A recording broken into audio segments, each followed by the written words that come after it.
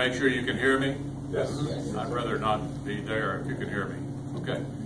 I thought I'd start with a little Ephraim McDowell anecdote. This demonstrates my rather unusual reading habits. But recently I read a biography of James K. Polk, who some of you may remember was President of the United States from 1844 to 1848. He was the guy who beat Henry Clay the last time Clay tried to become president. He had fragile health, and before he became president of the United States, he was having some kind of abdominal challenge. And he went to Kentucky to visit a doctor who was apparently doing early experimentation on operating.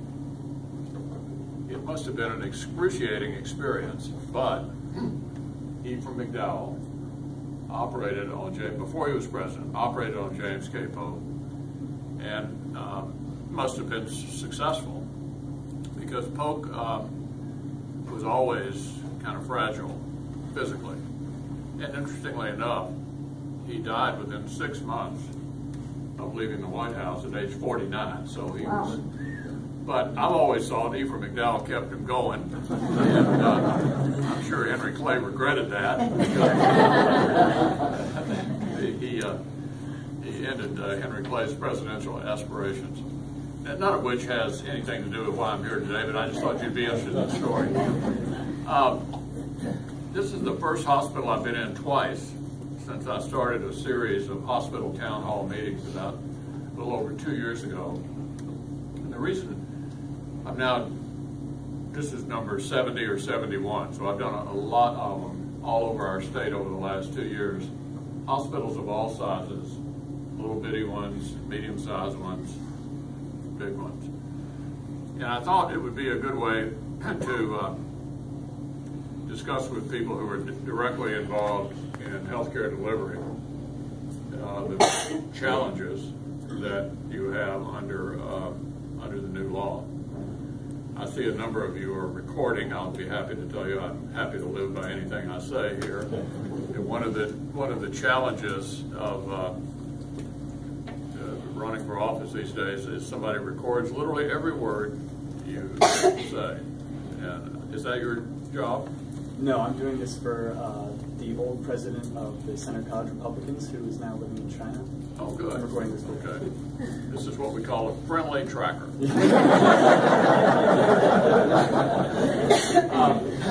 Let me start. I think a number of you, if you were here a couple of years ago, know that I was very, very skeptical of the new law.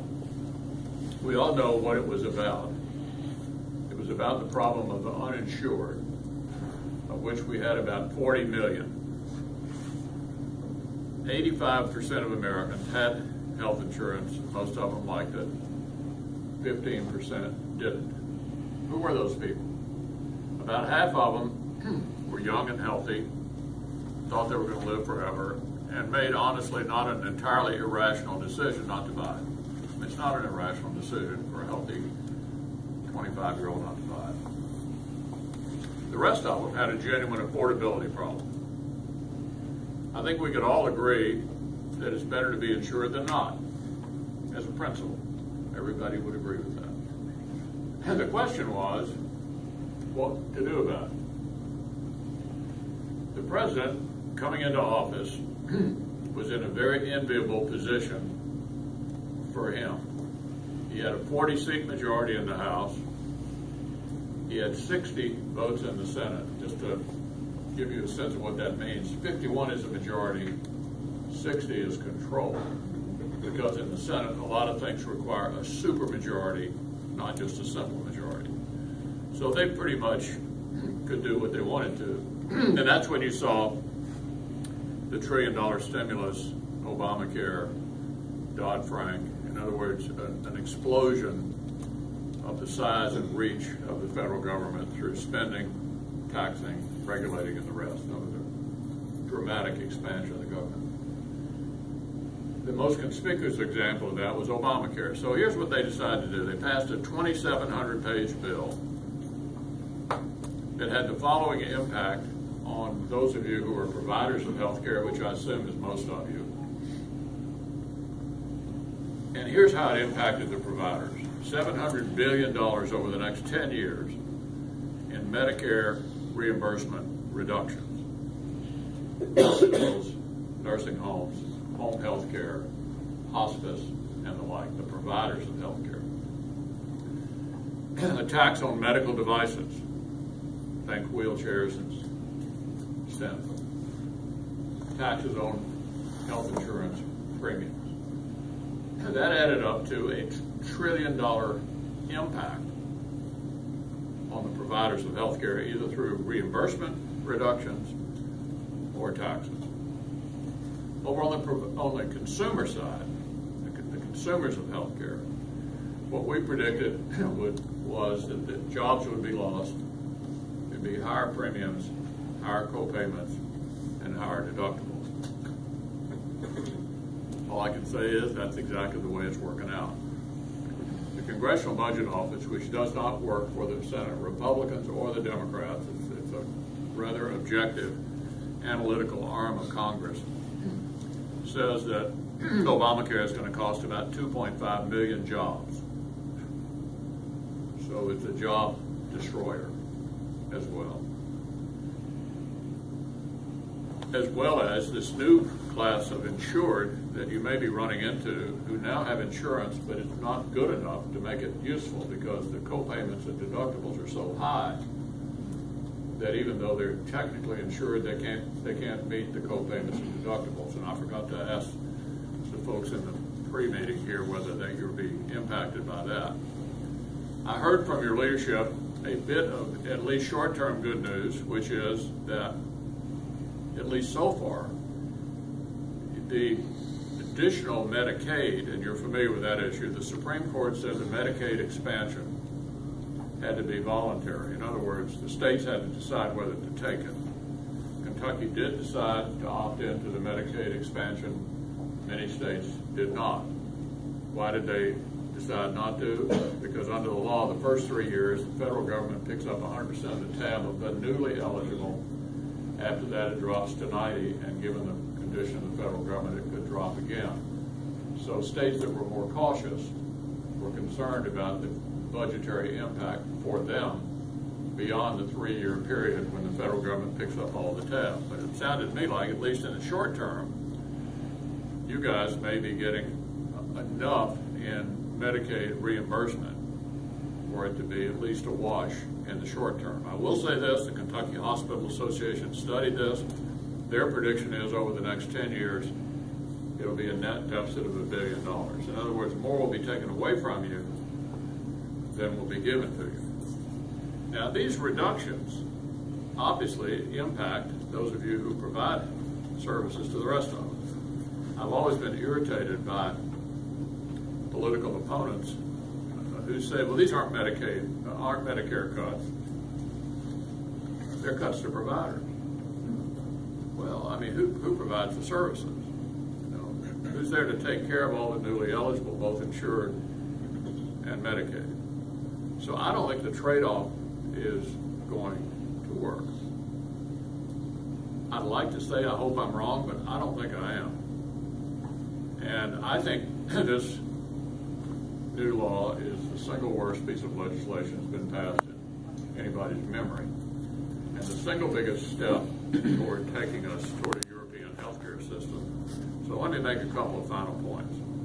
That same Congressional Budget Office that doesn't work for Republicans or Democrats said that if all of this kicks in, remember how many uninsured I said we had in the beginning? 40 million? They said if all of this kicks in, we'll still have 30 million uninsured. So you got to ask, what's the cost-benefit ratio of so much impact for so little result? The answer, my friends, is if you want to have everybody with an insurance card, there's only one way to do it: a single-payer system. You can guarantee that everybody has a card. They do it in England. They do it in many countries. You do it. But here's the result of it. Long waiting lines, massive overutilization, and extraordinary expense. The National Health Service in England is the third largest employer in the world. Only the Indian Railroad Company and the People's Liberation Army in China are big. So they built this massive bureaucracy. Lots of people work there, as you can imagine. So politically, it's almost impossible to have any impact on it because there's so many voters who depend on this huge bureaucracy. Well, what about the people who need health care? I only did this one time, but I'll relate a story that illustrates the point. I found myself in England. I found myself with free time. I hired a fishing guide and went fly fishing in Scotland. And the guy was limping around like this. And I said, "What's the matter?" And he said, "Well, I need a knee replacement." Thinking I was in America, I said, "Well, why don't you get it?" He said, "Well, I'm on the list." And I said, "Well, what does that mean?" He said, "Well, I've been on it for 6 months." And I said, "Well, when are they going to get around to you?" And he said, "Sometime next year." I said, "Does it hurt?" He said, "It hurts like hell." So he's on the list. And in England, if you're affluent, you don't put up with it. They've got a sort of boutique after a whole separate healthcare system over here for people who can afford to pay. In Canada, they don't allow that. So one of the sort of dark humor comments that we were making on the floor of the Senate during the debate was, if we pass this, where will the Canadians go for quality health care?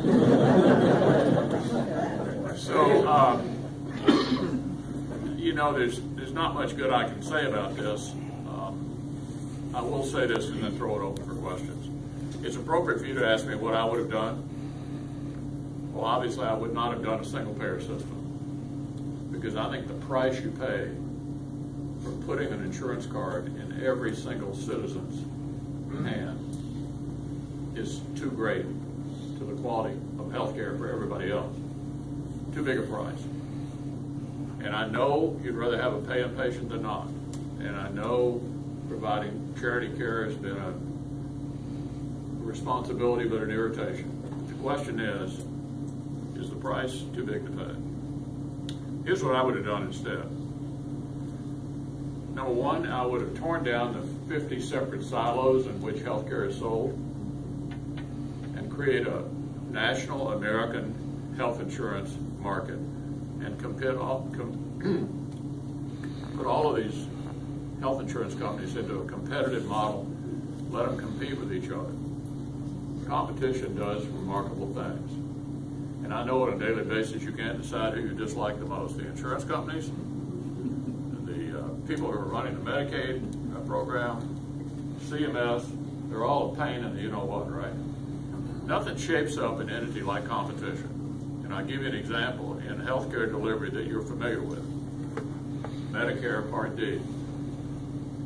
We set up a competitive model when we extended the pharmaceutical benefit in Medicare. We set up a competitive model. All the pharmaceutical companies compete against each other. It is the only federal program anybody can think of that came in under budget. Because they're all competing with each other, which has a tendency to keep prices down and quality up because they want the business. Number two, medical malpractice. I want to ask for a show of hands of whether or not necessary test has ever been done in this facility. But you know what a challenge that is. We need a national, sensible medical malpractice standard that terminates the litigation lottery under which there is no penalty for bringing a lawsuit. You always get paid to go away. And I know that there are occasions when there is malpractice, but there ought to be a way to distinguish the extortion that goes on from a legitimate case that ought to be heard. Number three, I would allow small businesses to pool together into larger groups for purchasing power on this more competitive insurance market. I'm not going to tell you this to get everybody insured, but it wouldn't have been a 2,700-page bill. It wouldn't have taken $700 billion in Medicare reimbursements away from all of you. It wouldn't have created the $2.5 million job loss, nor driven premiums up, co-payments up, or deductibles up. I think it would have been a better thing to do than what we did. So, with that cheery assessment, let me throw it open and see what you guys want to talk about. Yep. Don't forget, Nancy Pelosi said we had to pass this bill so we can find out what's in it. And now we're finding out what's in it. That wasn't what I wanted to say. I've been talking to a lot of people around Kentucky recently, and I'm absolutely astounded at their ignorance in how the Senate works.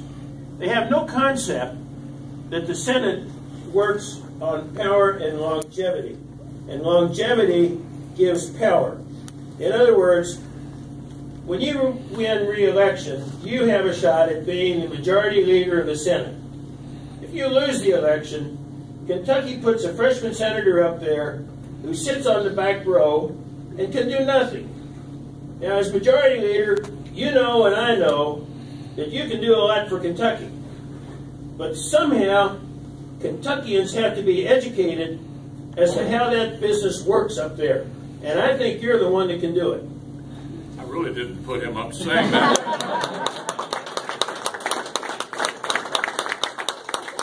Well, thank you. But let me address what he's talking about. Every senator has a vote, but every senator is not equal.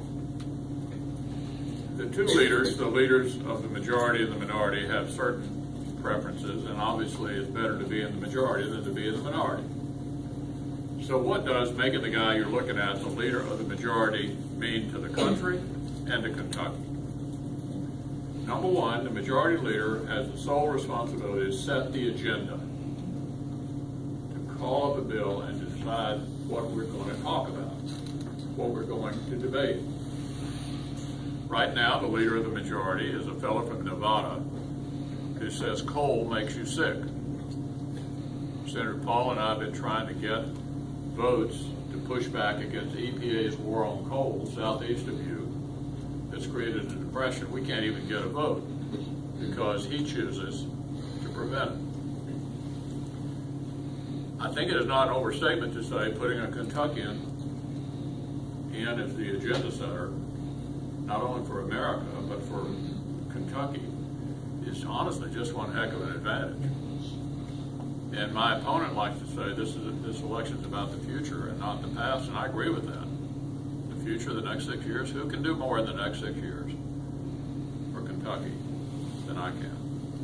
If she replaces me, her first vote in the Senate will be to re-elect Harry Reid as the majority leader of the Senate, because if I'm defeated, we won't be in the majority.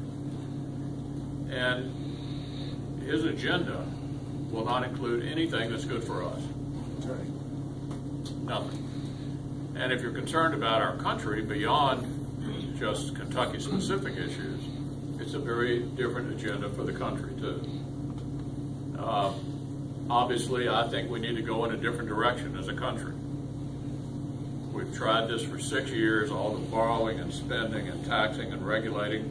This is the slowest recovery after a deep recession since World War II. It's appropriate to ask the question, why? Because of the policies of the government. The pattern in the past has been that, going back to World War II, the deeper the recession, the quicker the bounce back. Not this time. And don't you believe for a minute unemployment is 6.2%. My wife was Secretary of Labor during the Bush administration. She explained to me what the labor participation rate means. Unemployment is based upon the number of people looking for work. But the pool of people looking for work is dramatically down, even though the population's gone up. So there are some sectors of the economy that are doing pretty good. Oil and gas because of hydraulic fracking and horizontal drilling. The high-tech field because the government hadn't figured out how to foul them up yet. They're moving so quickly the government can't catch up with them. But if you're in a more traditional area, it's a heavy burden of over-regulation and over-taxation. So even though the president's still there, we would have a different agenda. We would start trying to take the country in a different direction. we would at least be able to put things on his desk that might challenge him. He's vetoed 2 bills in 6 years, and both of them were little bitty bills of no particular consequence that had some technical problem. Why? The Senate assures that the president never gets anything that challenges anything he wants to do. Legislatively, he got everything he wanted the first 2 years. In the last 4 years, the Senate has kept all those pesky members of Congress off his back so he could pursue whatever he wanted to. So I think both from the country's point of view, if you think we ought to go in a different direction, and particularly from a Kentucky point of view, it makes a difference. I'll give you a tangible example. Industrial hemp became a big issue here in our state. The challenge, as you know, is to distinguish that from that other plant, that other plant that people thought we were talking about. They hashed all that out in Frankfurt and managed to explain to everybody this is a different plant. It had different potential. They had to do that, but then the ball was thrown to me because it was prohibited federally as well. So one of the things I get to do as the leader of even the minority in the Senate is when a bill passes the House and passes the Senate, and they're different, there's a conference between the House and Senate to work out the difference. The people who do that are called the conferees. They're appointed by the leaders of the party. So I sat down with people on my side who wanted to be on the conference, and I said, I got an issue I need your support on. And I explained it to them. And their first reaction was, what are we talking about here? What kind of plant are we talking about here? So, you know, I used the authority I had to pick the conferees to get support. And then my office is about 30 feet from Speaker Boehner. It's not hard to find it. All you do is just follow the cigarette fumes. And I knew that his members would be in the majority on the House conference. And so I went down to the Speaker and he said, what kind of plan are you talking about here? Anyway, to make a long story short, I dropped that in, used my authority to do it. We now have pilot projects at UK and Moorhead and Western and Murray. I don't know where this is going to lead, but it could be.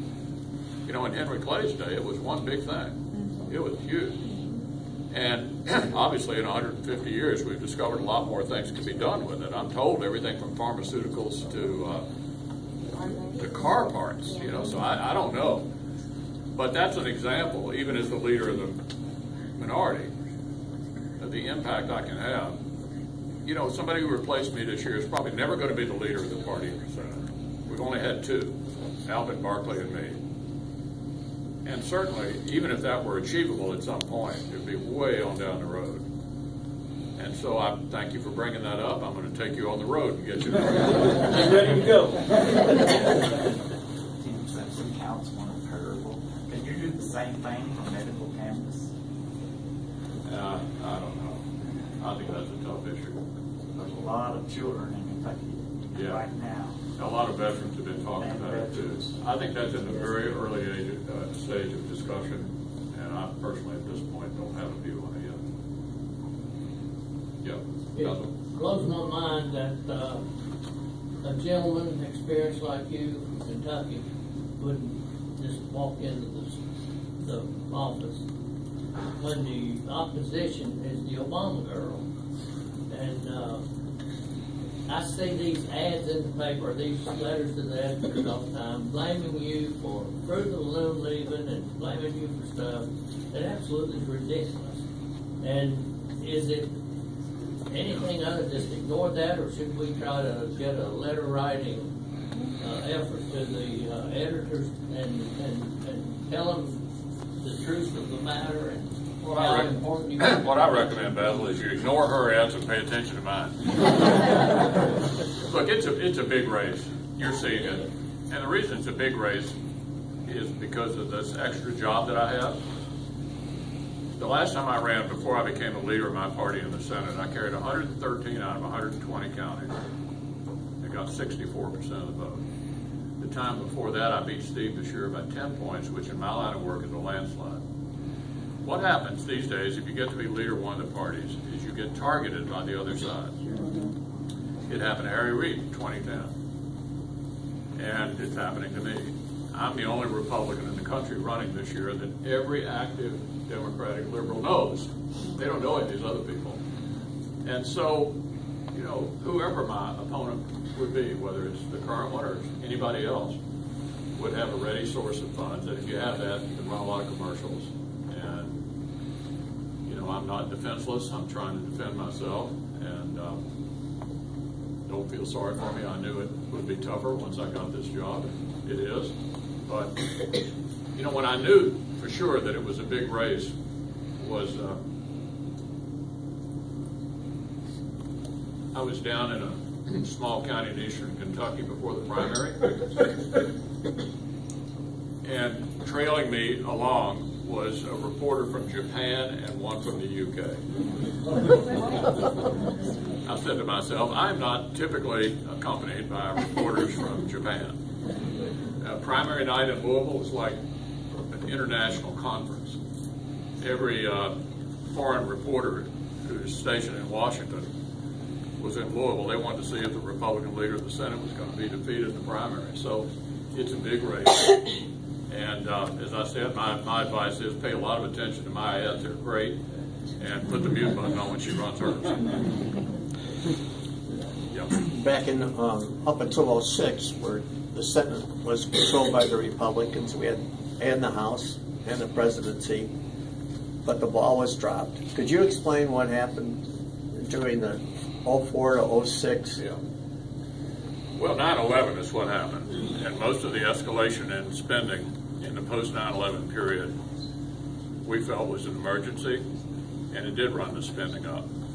But to put that in perspective, more debt has been added during the Obama years than all the presidents from George Washington down to George Bush.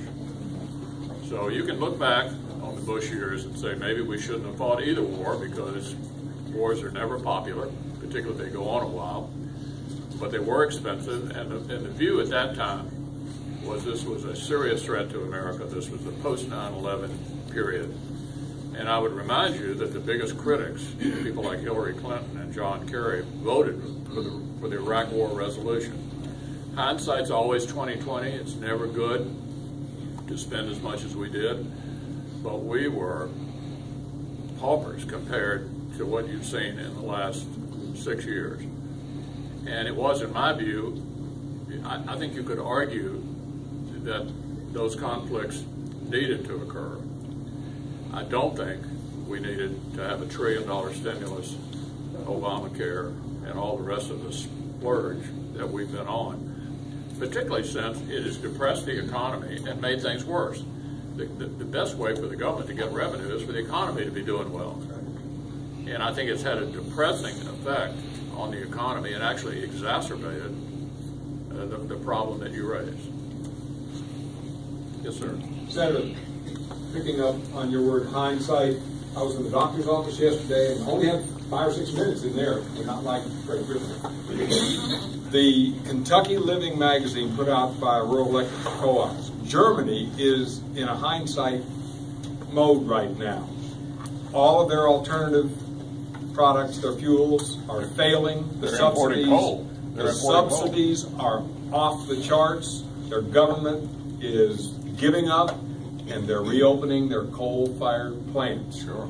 We need everybody in here to look at their website or get Kentucky Living magazine, look into Rural Electric Co-op. Our newspaper ought to have a responsibility to publish that information, the Courier Journal, the Herald Leader. I think they're reluctant to get that information out, but we need as citizens to get that out and make people understand. I was in the healthcare industry forever. I'm out now, but even the Medical Association is having to relook at this thing called a salt shaker, because some of us have been too reluctant to use a salt shaker. It's not always bad for you. They're just now finding out. And they're finding out that coal is very necessary to keeping our costs down. Yeah, let me pick up on that, because the reason you hear so much talk about coal, this is a very important issue. What is the crusade about? honestly, you can pick your set of scientists, but let's assume that, for the sake of discussion, that global carbon emissions are a problem. Let's just assume that, stipulate it for the sake of discussion. If you're going to have any impact on it, it would have to be done on a pretty broad global basis. And as you were pointing out, the Germans are now importing coal. The Indians and the Chinese are building coal plants. And you might have noticed the Australians a month ago repealed the carbon tax. Nobody else is going down this path but us. So even if you believe global carbon emissions are a huge problem, our country alone doing it is about as effective as dropping a pebble in the ocean. It'll have no impact. So it's all pain on us and no gain, even if you believe that this is something important that needs to be addressed. If you've been to southeast Kentucky lately, it's a depression. We've lost 7,000 coal mines. For every for every coal miner you lose 3 more. And for what? For what? Now, you're not digging coal in Boyle County, but let me tell you how it affects you. The 2 ways that we've been competitive for business with other states are our location. We're within 500 miles of 2/3 of the population, which is an advantage, and low utility rate. 90% of our electricity comes from coal-powered generation. An example. So this is particularly bad for us, and this is why you've seen so much talk about this. So let me go back to your initial observation about what difference it would make. Rand Paul and I have been trying to get votes in the Senate on coal-related amendments for 3 years. The current majority leader will not allow any votes. Why? Because I think he thinks proposals would pass. Let me take you back to when they passed Obamacare, when they had the big margins in the House, the big margins in the Senate, owned the place, couldn't get cap and trade through the Senate when they owned the place. So the president decided to do it through the executive branch, through EPA regulations, because he couldn't get it through the Congress. If I were setting the agenda in the Senate, we'd be voting on stuff like this. Would the president sign it? He might not, but at least he would have to confront the issue directly. He'd have to see how many Democrats share our concerns. And believe me, there's a high level of concern about this, not just in coal-producing counties, but everybody is looking at this as something that's going to drive rates up. Now, the Herald Leader would tell you this is all just a siren song, that this is really a natural gas competition. Let me tell you, natural gas goes up and natural gas goes down. We are doing great in natural gas, and that's good for the country. Hydraulic fracking and horizontal drilling, we're having a boom in oil and gas. Nothing bad about that. But there's a place for coal in the mix, not only here, but overseas. And we're not going to give up on coal. I remind people the president will be gone in a couple of years, the coal will still be in the ground. Somebody's going to be burning it. Somebody's going to be burning it. I hope it's us, but somebody's going to be burning it. We're out of time, and I know you're going to have time in the back to say hello to people. So. Yeah, what I'm going to do, is that the way everybody will go out? Yeah, let me just close. I'm going to get back by the door and hopefully see you on the way out. Let me close on kind of an upbeat note. I think the most quotable person who ever lived was Winston Churchill. And one of my favorite Churchills I'll close the meeting with. Churchill said this about us, Americans. He said, you know, the Americans, they always do the right thing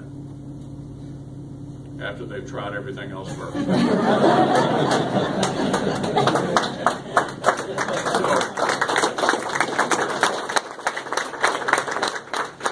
it sounds to me like some of you guys agree with me that we've been trying a lot of the wrong things first. I think we can fix this country, and I think it begins this November at the ballot box right here in Kentucky. Thanks a lot for the chance.